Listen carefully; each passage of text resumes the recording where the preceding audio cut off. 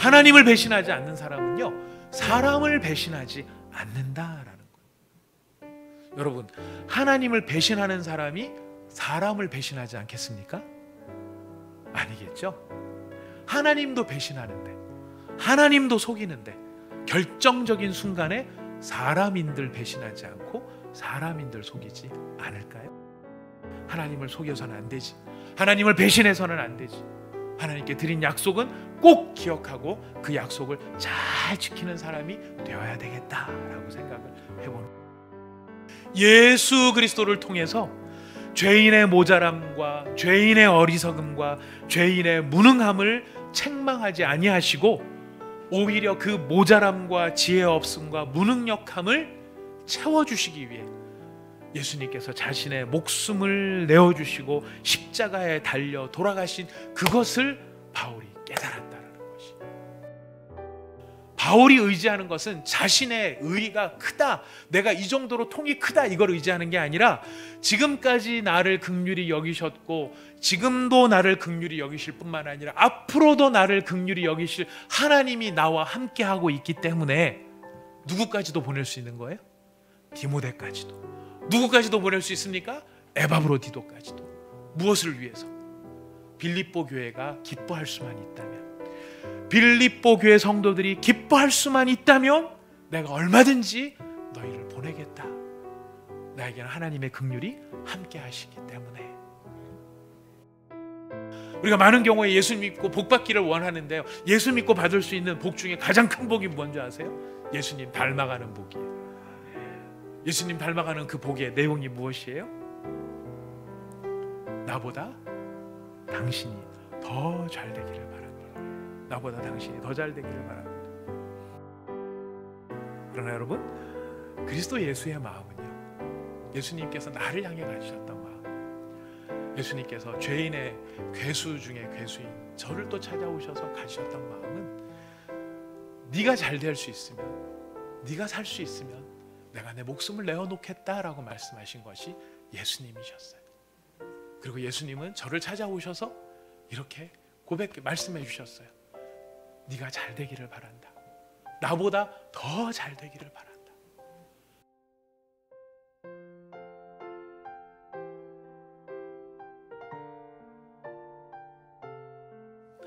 우리는 지난 시간에 태도를 바르게 하는 것이 어떻게 중요한가, 태도의 중요성에 대하여 말씀을 생각해 보았습니다.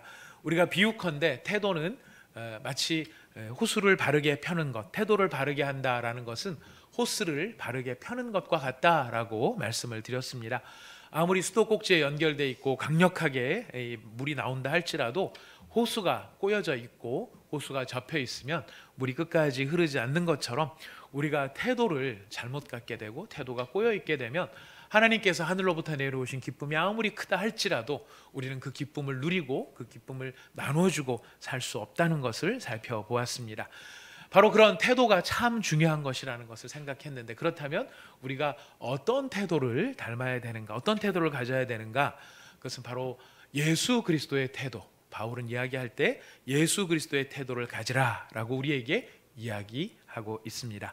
예수 그리스도의 태도는 두 가지였죠. 첫째는 겸손이었습니다. 자신의 필요보다 다른 사람의 필요를 먼저 생각하는, 바로 그것이 겸손의 본질이었는데, 예수님은 그렇게 다른 사람의 필요를 먼저 생각하는 태도를 가지고 계셨습니다. 두 번째로 예수님이 가지셨던 태도는 적극적이고 자발적이고 긍정적인 태도를 가지셨습니다. 바로 이런 예수님의 태도를 우리가 가지게 될 때, 우리가 하나님 앞에서 우리의 태도가 마치 호수가 바로 펴진 것과 같은 그런 상황이 되어져서 이런 겸손의 모습, 적극적이고 자발적인 모습을 우리 마음에 품게 되어질 때, 그런 태도를 가지게 되어질 때 하늘의 기쁨이 바로 충만하게 되었던 것, 바울의 이야기였죠. 바로 그런 기쁨이 나에게 충만하고 너희도 그런 기쁨이 충만하기를 원한다 라고 이야기를 했습니다. 많은 크리스찬들이 주변에 있었지만은 지금 빌립보 교회의 성도들의 형편을 진심을 다해 염려해주고 또 살펴줄 수 있는 사람, 지금 바울이 보았을 때 유일한 사람이 바로 이 디모데다라고 하는 이야기를 하고 있어요. 지금 여기에 대한 부연 설명이 21절에 나오고 있는데요, 그들이 다 자기 일을 구하고 그리스도 예수의 일을 구하지 아니했다라고 이야기합니다. 두 번째로 바울은 디모데에 대해서 어떻게 평가를 하느냐면은 22절 말씀 같이 읽어봅시다. 22절 시작. 디모데의 연단을 너희가 안하니 자식이 아버지에게 함같이 나와 함께 복음을 위하여 수고하였느니라 라고 이야기합니다. 디모데의 연단, 여기서 말하는 연단이라는 말의 본 뜻은 무슨 뜻이냐면 시험 받은 자질, 다르게 얘기하면 시험을 통과한 실력, 품성, 이런 이야기입니다. 인격이 무엇인가, 인품이 무엇인가 했었을 때 그 인격, 참된 인격은 시험을 통과함으로 나타난 실력, 그게 그 사람의 진짜 실력, 진짜 인격이다라는 것이에요. 인생을 살아가다 보면은 생각하지 못했던 어려운 순간, 생각하지 못했던 위기의 순간이 확 찾아와요. 그럴 때 드러나는 그 사람의 인품, 말투, 태도가 그 사람의 진짜 인품이고 인격이고 실력이라는 거예요. 그런데 디모데가 이런 일을 경험을 했던 것 같아요. 빌립보 교회도 알고 있는 상황이고 지금 바울도 알고 있는 상황인데 갑작스럽게 어려운 일이나 이 힘든 일을 바울이 경험을 한 것 같아요. 근데 그런 경험을 통해 입증이 된 거예요. 뭐가 입증이 됐을까요? 디모데의 진짜 인격과 인품이 드러나게 됐던 거죠. 그래서 지금 바울이 이야기합니다. 이 디모데의 연단, 달리 말하면 디모데의 인격을 너희들도 알고 있지 않느냐. 그가 실제 어려운 순간을 만났을 때 어떻게 그가 반응했는지를 알고 있지 않느냐. 지금 이 이야기를 지금 빌립보 교회에다가 하고 있는 것입니다. 다 비슷하게 보이지만 정말 어려운 순간이 딱 닥쳤을 때 깨어지느냐 아니면 견뎌내느냐, 그게 진짜 실력이고 인품이죠. 바로 디모데는 이 과정을 통해서 디모데의 연단, 디모데의 인격이 실력을, 어려움을 통해서 입증된 실력이 나타났다라고 바울은 이야기를 하고 있습니다. 세 번째로 이 바울에게 디모데는요, 복음을 위해서 함께 수고를 한 사람이었습니다. 열심히 예수님의 복음을 전하는데, 개인적으로 복음을 전하는 것도 힘든 일인데 지금 디모데는 누구까지 섬기면서 복음을 전하고 있어요? 바울까지 섬기고 있어요. 근데 바울을 섬기는데 어떤 심정으로 섬기고 있습니까? 아버지를 섬기듯이, 디모데는 자기가 아들이 된 것처럼 그렇게 바울을 섬기고 있는 것이. 그러니까 지금 바울이 경험한 바를 이야기합니다. 디모데가 나를 아버지처럼 섬기는, 아들과의 심정으로 나를 섬기고 있을 만큼 디모데는 지금 바울에게 있어서 굉장히 신뢰할 만한 사람이고 검증된 사람이다, 이 이야기를 하고 있는 것입니다. 또 두 번째로 이제 보내려고 하는 사람은 에바브로디도입니다. 에바브로디도에 대한 바울의 평가는 또한 이렇습니다. 또 에바브로디도는 얼마나 멋진 사람일까요? 우리 25절 말씀을 같이 읽어보겠습니다. 바울에 대한 에바브로디도에 대한 바울의 평가, 나의 형제다, 그리고 함께 수고하고 있다, 이 말은 나의 동역자다, 이런 의미겠죠. 그리고 함께 군사된 자요, 이거는 나의 전우다, 이런 이야기입니다. 그리고 빌립보 교회가 내가 쓸 것을 돕도록 보내준 여러분들의 사자이기도 합니다, 이렇게 설명을 하고 있어요. 지금 이 에바브로디도에 대한 바울의 평가에 제일 많이 등장하는 말은 함께라는 말이죠. 나와 함께 하는 자, 함께 고생도 하고 함께 이 전우, 나와 함께 전쟁도 하고 있는 바로 이런 전우다라고 이야기를 합니다. 얼마나 신뢰할 만한 사람인지에 대한 모든 이야기들이 다 들어있어요. 자, 그런 에바브로디도가 마음까지, 지금 내가 바울이 봤을 때 나한테 이런 사람인데 내가 경험해 보니까 에바브로디도의 마음의 씀씀이가 또 대단하더라, 이야기를 합니다. 에바브로디도의 모교회가 어딜까요? 여러분들도 모교회가 있으시죠? 온사랑의 교회가 여러분의 지금 현재 교회, 여러분 지금 출석하셔서 내 교회 이렇게 생각하고 계십니다만은, 우리 모교회라고 하면 보통 신앙생활을 처음 시작한 교회, 아니면 내가 은혜를 크게 받아서 굉장히 이렇게 참 마음이 가는 교회, 이런 데를 우리가 흔히 모교회라고 이야기하는데, 에바브로디도의 모교회는 빌립보였습니다. 빌립보 교회였습니다. 그래서 에바브로디도는 이 빌립보 교회를 너무너무 사랑하는 거예요. 그리고 그 성도들의 한 사람 한 사람을 너무너무 좋아하고 있었어요. 그 증거가 뭐냐면 그들한테 뭐를 끼치고 싶어 하지 않습니까? 근심을 끼치고 싶어 하지 않는 거예요. 그런데 안타깝게 자기가 병들었다는 사실을 빌립보 교인들이 알았다. 그것 때문에 에바브로디도가 마음이 죄송한 거예요. 또 바울은 세 번째로 에바브로디도가 지금 빌립보 교회의 자랑이라는 사실을 알려줍니다. 29절로 가보겠는데요. 29절, 에바브로디도는 여러분들이 정말 자랑스럽게 생각해도 좋을 사람입니다. 자, 너희가 주 안에서 모든 기쁨으로 그를 영접하라. 그리고 이와 같은 자들을 존귀히 여기라.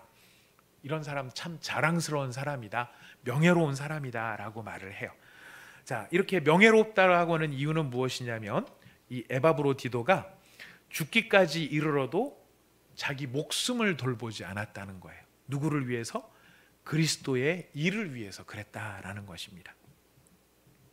사랑하는 여러분, 사실 목숨보다 더 중요한 게 뭐가 있을까요?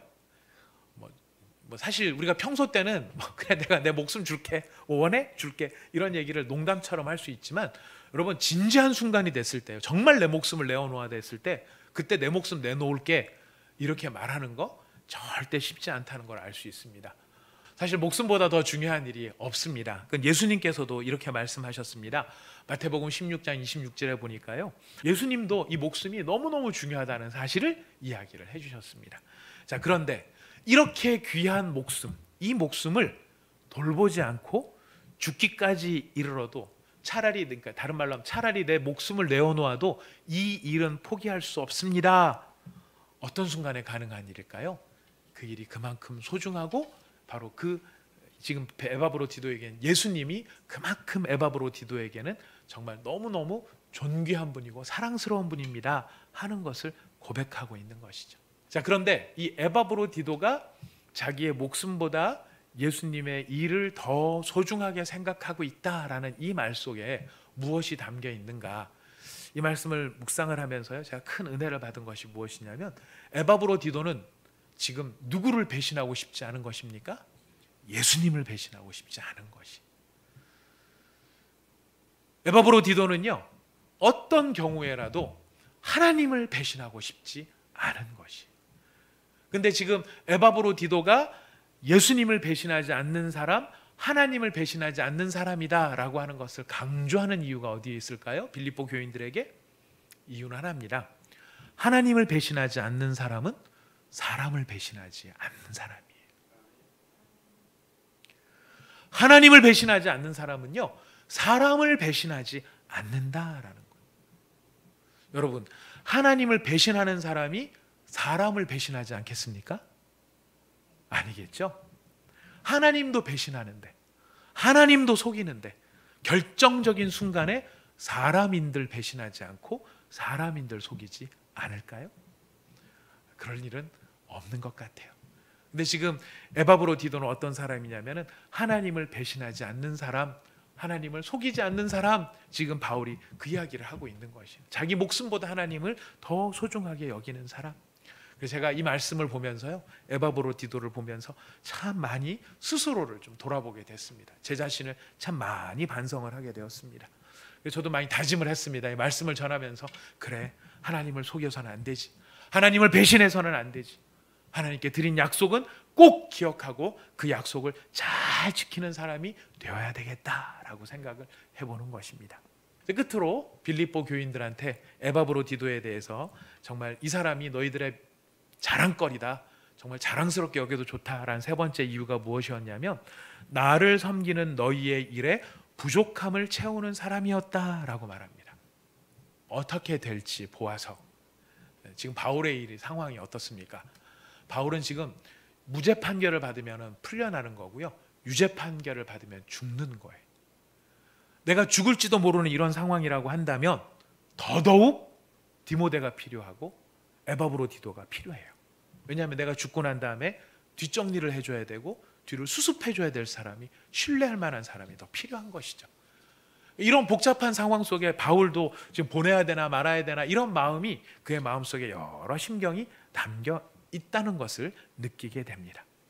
진심으로 신뢰하는 사람, 다른 사람들 앞에서 이 사람은 내 가족이야, 이 사람은 내 형제야, 그리고 이 사람은 쉬운 일이나 힘든 일이나 편한 일이나 굳은 일이나 늘 아무 불평 없이 나와 함께하는 사람이야. 내 전우라는 말 속에는 굉장한 신뢰가 담겨 있습니다. 무슨 뜻입니까? 내 뒤를 맡겨도 내 등 뒤에다가 뭐를 하지 않을 사람이에요. 총을 쏘지 않을 사람이에요. 내 전우라고 하는 말 속에는요, 내가 내 등 뒤를 맡겨놔도 내 등에다가 칼 꼽을 사람이 아니라는 것이, 이렇게 신뢰할 만한 사람이라는 거예요. 그런데 이렇게 믿을 만한 사람을 지금 바울은 왜 빌립보로 보내려고 하는 걸까요? 자신도 필요한데, 더 필요한 상황인데, 더 필요한 상황인데도 불구하고 이 빌립보 교회에다가 디모데와 에바브로디도를 보내려고 하는 바울의 심정이 여기에 담겨 있습니다. 바울이 에바브로디도와 빌립보를 빌립보 교회에다가 급히 보내려고 하는 이유, 지금 이렇게 설명을 합니다. 무엇을 위해서? 기쁨을 위해서. 누구의 기쁨을 위하는 것입니까? 빌립보 교회 성도들의 기쁨, 너희의 기쁨을 위해서, 너희가 기뻐할 수 있다면. 바울의 입장에서는 내가 필요한 사람이지만 아무리 내가 필요하다 할지라도 너희에게 기쁨을 줄 수 있다면 내 필요를 내가 묻어놓고 너희를 위해서 보내고 있다. 너희를 보내겠다. 빌립보 교회를 향한 바울의 심정이 여기에 절절히 담겨 있다라는 것입니다.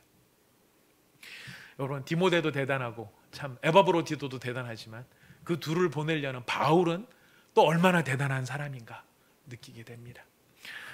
바울은 어디에서 이런 마음가짐을 배웠을까요? 여러분, 우리도 성도라고 하면, 또 크리스찬이라고 하면 사실 이런 것에 대한 거룩한 욕심이 있어요. 정말 이 바울 같은 이런 심정, 참 우리가 본받아야 될 심정인데, 바울은 어디에서 어떻게 이런 심정을 배우게 됐을까? 타고났다면 우리한테 소망이 없는데요, 감사한 것은 바울이 이것을 타고나지 않았어요. 바울도 이걸 깨닫고 배웠어요. 이런 심정을 깨닫고 배웠어요. 누구를 통해서 배웠을까요? 예수 그리스도를 통해서 배운 것입니다. 예수 그리스도를 통해서 죄인의 모자람과 죄인의 어리석음과 죄인의 무능함을 책망하지 아니하시고 오히려 그 모자람과 지혜 없음과 무능력함을 채워주시기 위해 예수님께서 자신의 목숨을 내어주시고 십자가에 달려 돌아가신 그것을 바울이 깨달았다라는 것이. 어떻게 깨달았습니까? 여러분, 바울은 경험을 했어요. 바울은 자신만만한 인생이었습니다. 자기보다 더 하나님을 사랑하는 사람은 없다라고 생각할 만큼, 그래서 그 하나님을 사랑하는 열망과 열정이 대단해서 하나님을 위해서라면 무엇도 서슴지 않는 사람, 살인도 서슴지 않는 사람이 바울이었어요. 확신이 있었습니다. 저것들은 다 죽어야 될 사람이고 자신은 의를 행하는 사람이라는 견고한 확신이 있는 사람이었습니다. 바울이 예수 믿는 사람을 왜 죽였을까요? 이유는 단순합니다. 사실 진짜 바울이 죽이고 싶었던 것은 예수 그리스도죠. 예수를 죽이고 싶은데 예수는 손에 안 잡힙니까? 누구를 죽여요? 예수 믿는 사람을 죽이는 것이. 이게 누구의 심정과 같은 심정이냐면 가인의 심정과 같은 심정이에요. 사울이 다메섹 도상으로 가는 길에 예수님을 만나고서 자기가 핍박하려고 한, 자기가 죽이고 싶었던 그 예수님이 실제로는 자기를 용서해주고 자기를 참아주고 있었다. 자기에게 긍휼을 베풀어주고 계셨기 때문에 내가 정말 내가 죄인 중에 괴수였구나, 내가 옳은 줄 알았는데 따지고 보니까 내가 정말 죄인이었고 죄인 중에서도 최고 나쁜 바로 그런 인간이었구나. 그런데 그런 인간인 그런 나를 예수님께서 견뎌주셨구나, 하나님이 참아주셨구나. 여러분, 그래서 그 깨달음을 가진 바울이 사람을 이해하고 상황을 이해하는데 가장 큰 해석의 틀이 된 게 무엇인지 아십니까? 바로 하나님의 긍휼함이에요. 하나님의 긍휼함. 그래서 지금 이 상황에서, 이 디모데와 에바브로가 나에게 절실히 필요한 상황에서도 빌립보 교회 성도들을 기쁘게 해주기를 위하는 바울의 마음, 그 마음에 바울이 가장 의지하는 게 뭔지 아십니까? 지금 바울이 의지하는 거는요, 내가 지금 예수 믿는 사람이니까 이 정도로 통 크게 양보해야지, 내가 예수 믿는 사람이니까 이렇게 좀 뭔가 좀 통 큰 이 양보하는 모습을 보여줘야지, 이런 차원의 문제가 아니라 바울은 여기서 지금 생생하게 무엇을 느끼고 무엇을 깨닫고 있습니까? 하나님의 긍휼을 깨닫고 있는 거예요. 바울이 의지하는 것은 자신의 의가 크다, 내가 이 정도로 통이 크다, 이걸 의지하는 게 아니라 지금까지 나를 긍휼히 여기셨고 지금도 나를 긍휼히 여기실 뿐만 아니라 앞으로도 나를 긍휼히 여기실 하나님이 나와 함께하고 있기 때문에 누구까지도 보낼 수 있는 거예요? 디모데까지도. 누구까지도 보낼 수 있습니까? 에바브로디도까지도 무엇을 위해서? 빌립보 교회가 기뻐할 수만 있다면, 빌립보 교회 성도들이 기뻐할 수만 있다면 내가 얼마든지 너희를 보내겠다. 나에게는 하나님의 긍휼이 함께 하시기 때문에. 그래서 예수님을 믿으면 점점 누구를 닮아가나요? 예수님을 닮아가요. 예수님께서 어떻게 하셨습니까? 예수님께서 하신 게 이거예요.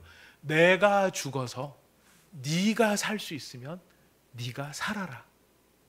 얘기는 달리 말하면 내가 죽어서 네가 살 수 있으면 예수님 자신이 어떻게 하겠다는 거예요? 내가 죽겠다. 그게 무엇입니까?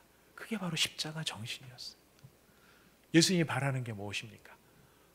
예수님 자신보다 누가 더 잘 되기를, 죄인인 우리가 더 잘 되기를 바라시는 것, 이게 예수님의 심정인 것입니다. 우리가 예수님의 은혜를 크게 받기를 원합니다. 예수님의 사랑을 크게 깨닫기를 원합니다. 저는 우리 시대에 꼭 필요한 것이 바로 예수님, 우리가 깨닫고 회복하는 데 있다고 생각합니다. 우리가 많은 경우에 예수 믿고 복 받기를 원하는데요, 예수 믿고 받을 수 있는 복 중에 가장 큰 복이 뭔지 아세요? 예수님 닮아가는 복이에요. 예수님 닮아가는 그 복의 내용이 무엇이에요? 나보다 당신이 더 잘 되기를 바랍니다.